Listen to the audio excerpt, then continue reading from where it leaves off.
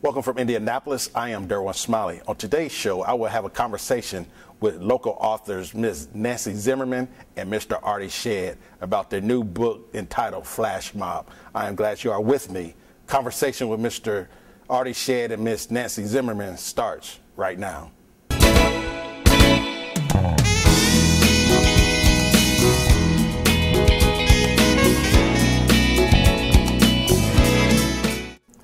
Ms. Nancy Zimmerman is the author of two books entitled Embracing Your Best Self and Confronting Your Best Self. Ms. Zimmerman, welcome to the show. Thank you very much. I have been excited to come and talk to you about these two dynamic books, and what made you become so transparent to put your life story out in the open? It was not easy to do. It was not easy to do. I had to go some dark places to get to the light, so to speak. I've never been one to journal because I never wanted to be that introspective. But I had some situations occur that I observed people who were enjoying life, just regardless of their circumstances. They were just enjoying themselves, and so much of my life was spent, if the circumstances were right, everything was all hunky-dory, so to speak, then I was happy. But if anything went wrong, I let it affect my happiness. And some of these people didn't, and I started questioning myself, questioning things spiritually, just questioning life in general. And that was when I decided if all of the things that I was taking away from my research and from my reading was helping me to get to a better place, then maybe what I had to say would help someone else get to that better place. So that's really why I decided to start writing. So it seems like you are a giving person. Well, I try to be, although there are a lot of people in my life that might say, I'm not sure about that. So when did the light turn on that you needed to make a change? In 2012, 2011, somewhere along in there, I just, you get to a certain age, and whenever things, it's like, if I'm not gonna find happiness now, how much longer am I going to wait, Yes. And I found the secret to being happy. One day I was sitting out on my deck, and I was just enjoying the day. I mean, it was just beautiful. The weather was perfect. And I realized this is what happiness is. You just let anything that's bothering you, you just let it go and let yourself be happy. And once I realized it was that simple, it's really changed my life. It just, I can't describe how much that one little bit of wisdom that came to me with a breeze, and I always say, I think it was a breath from God, because this universe is giving us messages all the time, good messages, but I would say, God would have to hit me upside the head with a 2x4 for me to get a message. And that's pretty much how my life was going. I just was not getting good messages. I was letting too many external things get to me rather than letting things come from within. And I think that's part of what I've written about in this book with embracing your best self. I think the word that jumps out at me is best. Are you ever evolving, because there's nothing that comes after best, or do you really find contentment in life? Yes, okay. You can. There again, if you allow yourself to be contented right in the now, right now, you don't think, well, but what if this happens next week, or what if this happens next month, or, oh, I can hardly wait until I'm on vacation. We all have, it's called destination obsession, where we think things are going to be better if only I had more money, if only. this is it. Be happy right now, right now. This is all you have. This is, you wake up in the morning and you are given this day. What are you going to do with this day? How are you going to live this day? And we don't fully live until we live right now, right where we are. And I've always thought, oh, if I won the lottery, I could be, would give to this cause and give to that cause. You don't have to wait until you're wealthy to be generous and to have a generous spirit. A smile. You smile at people and they smile back. You give a little bit of light to everyone you meet. You're a gift to everyone you meet. So you have to decide, what kind of gift you're going to be. When did it, I have like 30 seconds before we go to break, when did it kick into you that you said, I need to be generous to other people? When I saw what generosity, just observing generosity, caused me to realize that we can be generous all the time in all different ways. It's not only financial. A lot of people think generosity and they automatically think, well, someone's wanting money. No, you can be generous with your smiles. You can be generous with anyone and everyone you meet just by being gracious, being kind, being compassionate every time you're given an opportunity. I want you to let that marinate on your mind. We have to take a break, but stay with us. You might expect to find the largest children's museum in a place like London or Tokyo. But the world's biggest, and according to Child Magazine, the best, is in Indianapolis. Visit Indy. Thank you for staying with us. We will now continue our conversation with Ms. Nancy Zimmerman, the author of Embracing Your Best Self and Confronting Your Best Self.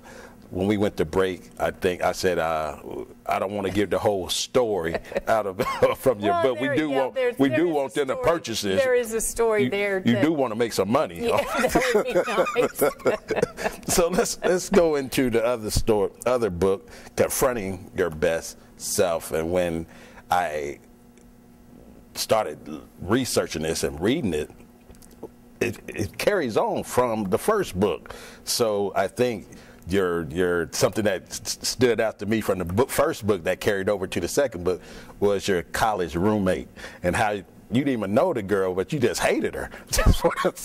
Yeah. She had the room I wanted. Yes, had it over the quad. And everything. Yeah, so you could see who was dating who was coming back in and out. Yeah. So that's something to get upset over about. But how did it evolve where you didn't just become friends with her, but with her family, and then tap into her sister Sandy? Yeah. And I think that was one of the big confrontations you had to deal with her illness. Yes. So. And what is so amazing is that I had known this girl for 40 years, and I had met one of the sisters. I had not met the sister who really made a big change in the way I began to look at things until I was ready to meet her, until that was just the meeting that was supposed to take place that was to lead me into that lighter, kinder place. But it's an interesting story.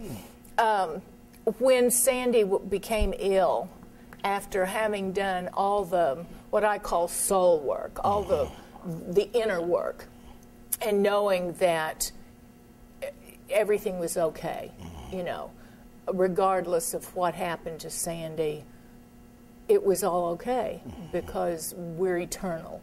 We're eternal, and I don't think we have anything to worry about on what's on the other side because it's a given, or that's what I have come to believe.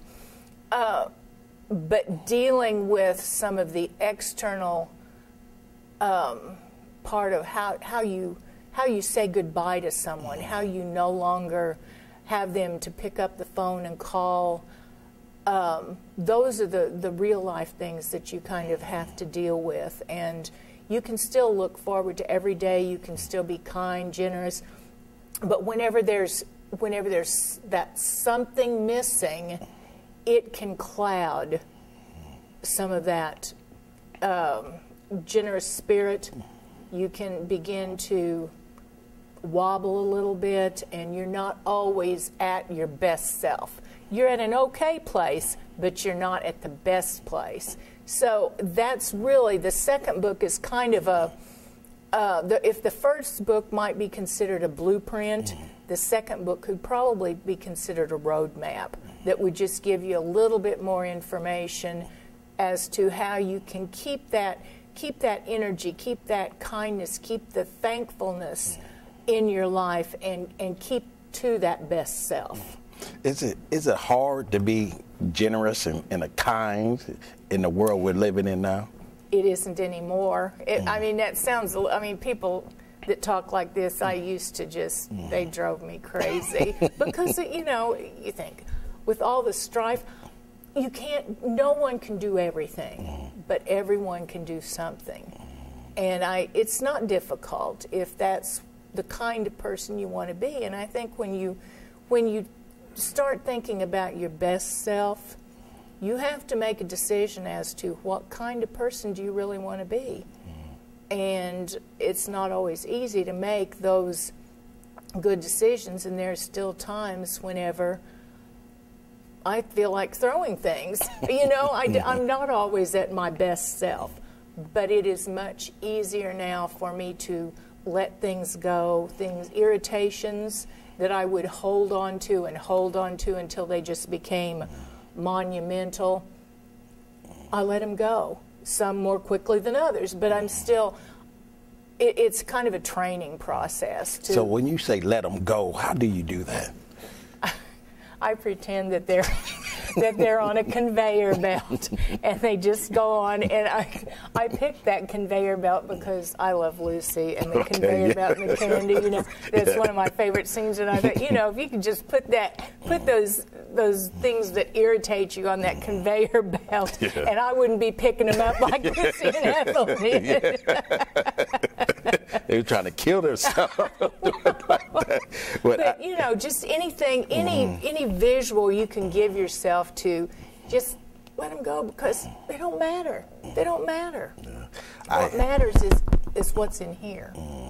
I think there's not enough time, because I have to bring on your partner, who you are writing a book with, co-authoring Flash Mob, and we're going to pick up with Artie Shead after this. But I want you to know I appreciate you coming on, and your work is just profound and just opening, and I have enjoyed reading them.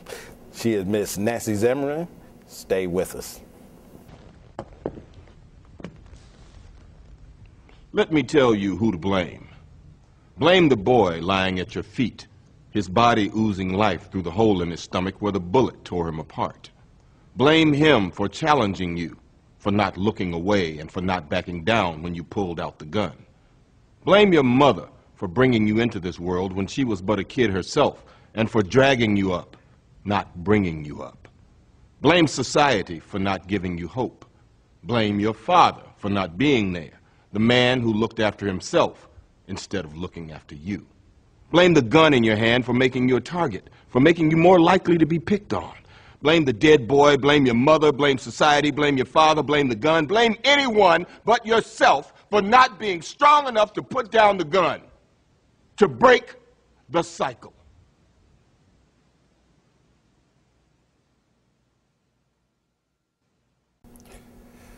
Mr. Artie Shead is the author of Flash Mob, a new exciting book that's coming out. Mr. Shead, welcome to the show. Great to be here with you. Great to be here with you. Tell me a little bit about yourself and how you got into writing. Wow, a little bit about myself. I guess I can start out. You know me from growing up. We fellowshipped in the same denomination. Your mama was just saying she used to come down from Kokomo and preach anniversary services at our church. And I even recall you and your other brothers sleeping on the pews, not too far from the pew that I was sleeping on. And it was just, you know, that was a great experience. I went to Indiana State University. I majored in poli-sci, graduated, had a great job for about 10 years or so until it went out. And I spent the last 10 years working in the health and life market. And I basically, didn't really know I had the chops to write books, but we started working on our first book, which is Flash Mob, in June of this year, and basically had it wrapped up by August. So now we're in the 4th and 5th edit, just making sure we're refining it in order to get it just right, and we are planning a release in December. Okay. Tell me, what is Flash Mob about? Wow. Flash Mob is, you know, to really think about it, it's a fast forward to 2019, but we are still dealing with America and our politics being, you might say, 40 years past due. In other words, we're still doing things today that we were doing 40 years ago. So the recipe for the American political system and the economics really hasn't changed much. And by 2019, what we're doing is taking the events of today and basically just turning the dial up a little bit and saying, okay, so what if, for example, ISIS stopped recruiting people to come to Syria, but instead formed a ISIS North America chapter? And it made it easy for them to launch different raids into the United States. And it's interesting to see how we kind of calculated the response of our government. Flash Mob itself is just a story about how tired the American people get when Congress does nothing. So in absence of leadership and what we said reason on the cover, you release monsters. So, I mean, it just basically creates this snowball effect of different things that happen. Of course, I mean, the book, it's a love story, so for those women who have an interest in that, the genre, it's there. It is it's full of political and economic speak. So if you're into poli-sci or into economics, you'll find a piece that you will gravitate to. And also, if you're the conspiracy theorist, I mean, you're going to see things in the book that will make you say, I'm going to go to the Lincoln Memorial Mall and see if that manhole cover is really there. So, I mean, it really just makes you think about a lot of different things. And hopefully it just gives the American people some pause and say, you know what? Maybe it's time for us to start looking or going in a different direction. Not saying that there's anything wrong with the Constitution or how we have it structured, but the problem just may be how we see our representation. I think whenever you have get-togethers, people say two things you don't debate: politics and religion. But you just came straight out the box, didn't hold no bars. You went right in on the religion tip and the political tip. So I think was that the main goal, pretty much that's a shock at all book going in? You know what, when we were designing it, we basically said we wanted to have a book that came up, or just basically out the gate, there was a takeoff, and it does. The first couple chapters just kind of, if you're religious, it's probably going to hit you in the stomach a little bit. If you're thinking about politics, it's probably going to make a few people probably a little uncomfortable. But in saying that, I don't have a problem with sitting around and talking about. If you know any of the people that I associate with, even teachers or people who know me, hey, I'm going to tell you what I think. And you must get that from your mama. I probably do get that from my, if you know Sister Shead, I probably get that from my mother. But yeah, I'm just going to tell you like it is, and I think that's what the book starts out. And then you gain an appreciation for the characters. And I tell you, I mean, just a little, the main character, John, I got to tell you, I had a hard time writing that character. And I think I had a hard time with writing that character because it probably dealt a little bit with internal things with me.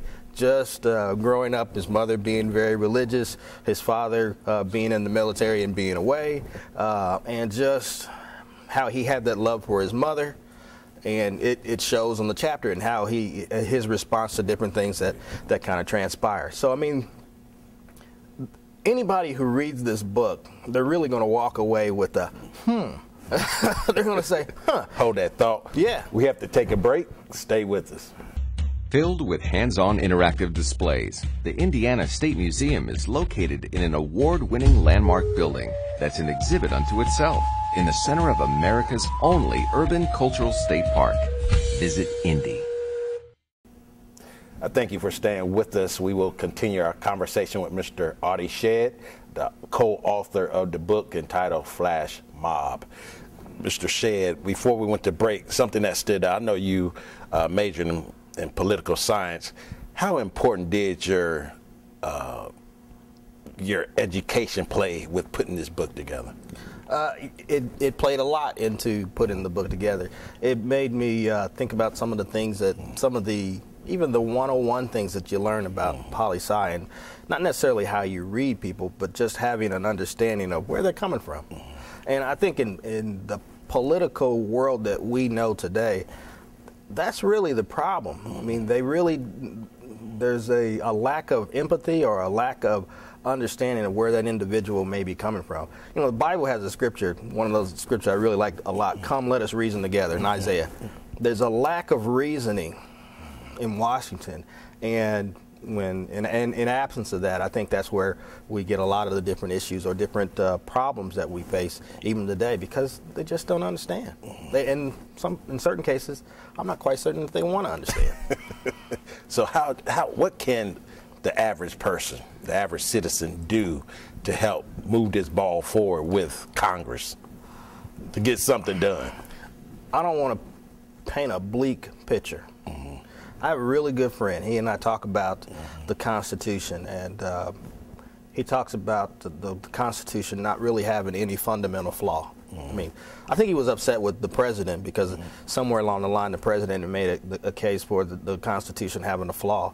And the Constitution does have a flaw. To me, the flaw of the Constitution is how we're represented. I'm not saying that a republic isn't the right way to go, because it is. However, what happens is we have the ability to elect officials, but the way our districts are gerrymandered and the way they are constructed, they can be there for life in certain cases. So, and that's where we come to the issue of crony capitalism.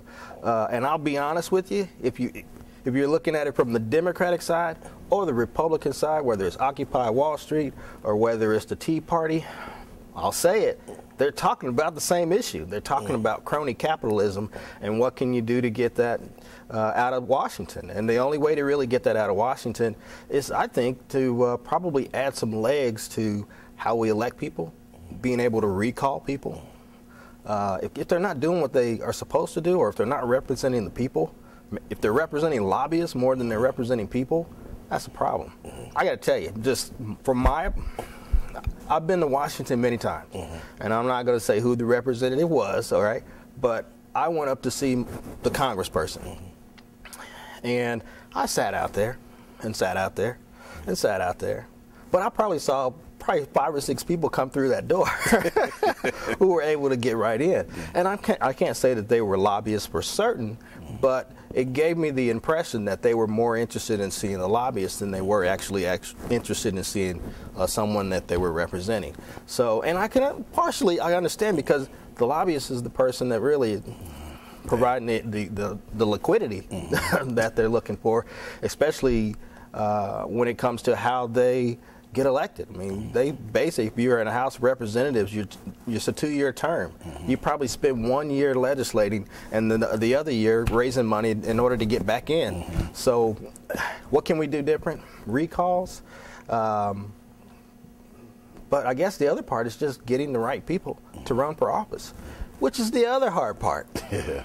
Because I think all of the really intelligent people, or all the people who could do the job, they run from this job. Because I don't think that they really want to be involved in what they see.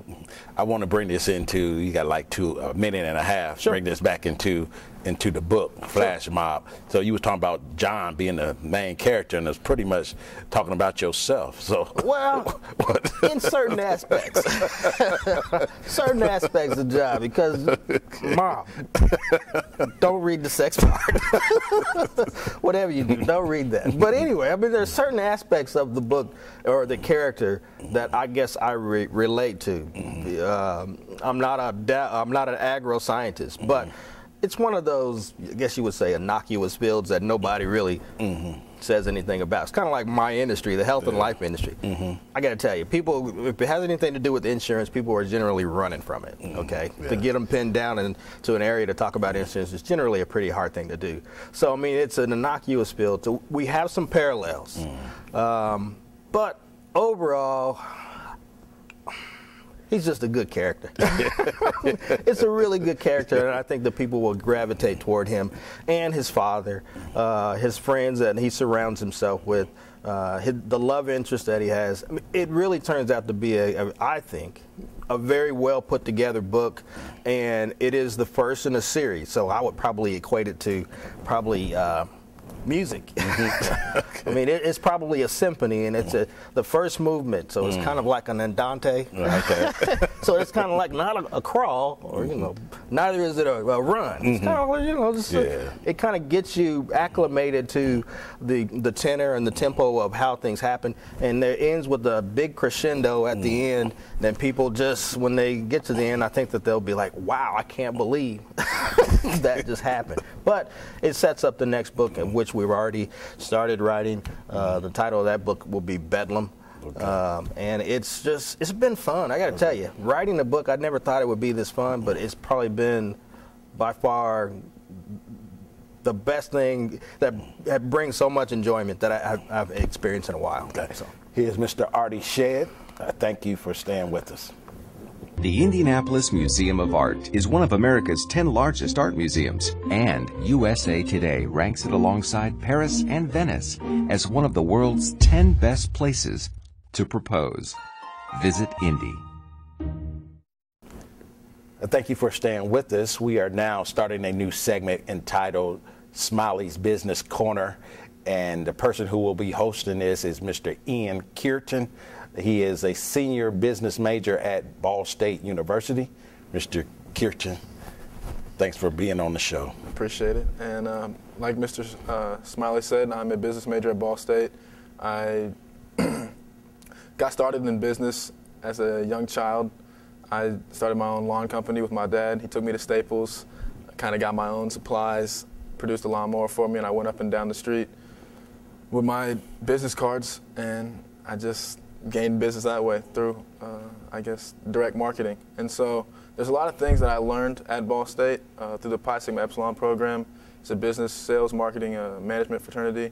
And that's where I really became polished in the business world. I received a lot of job interest because I understood what kind of people are involved with that. It's a business-minded, like-minded group where I could get away from, let's say, practice or just the people at my house, my roommates, and I could focus most of my attention on exactly what I wanted, was business, formulating goals, strategies, stuff that I would take with me past college. And it was interesting because you have the college aspect where sometimes we're dressed like this, and then sometimes we come in with t-shirts and shorts, but we talk about the same stuff. And it really kind of gets you more familiarized once you enter the business world. Like I got my first internship last spring, and that was eye-opening because I had no idea what it really took to be a manager as I was an intern for a manager.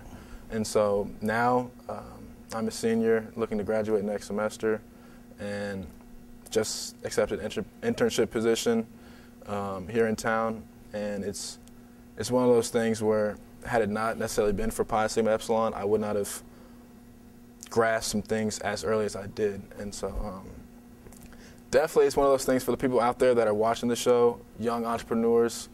What I would have to say is trust yourself, because no one knows where you're coming from. Nobody knows where you want to go. Everyone has a different route in life.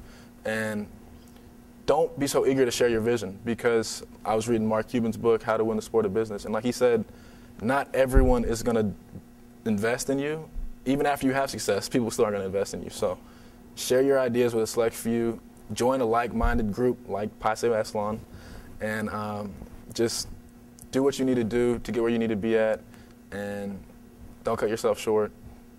Do the right thing, I guess. He is Mr. Ian Kirton, the host of Smiley's Business Corner. That is our show for this evening, and remember, you may follow us on the World Wide Web at TheDerwinSmileyShow.com. And remember, my sole purpose is to inspire the greatness in you. I'll see you next time.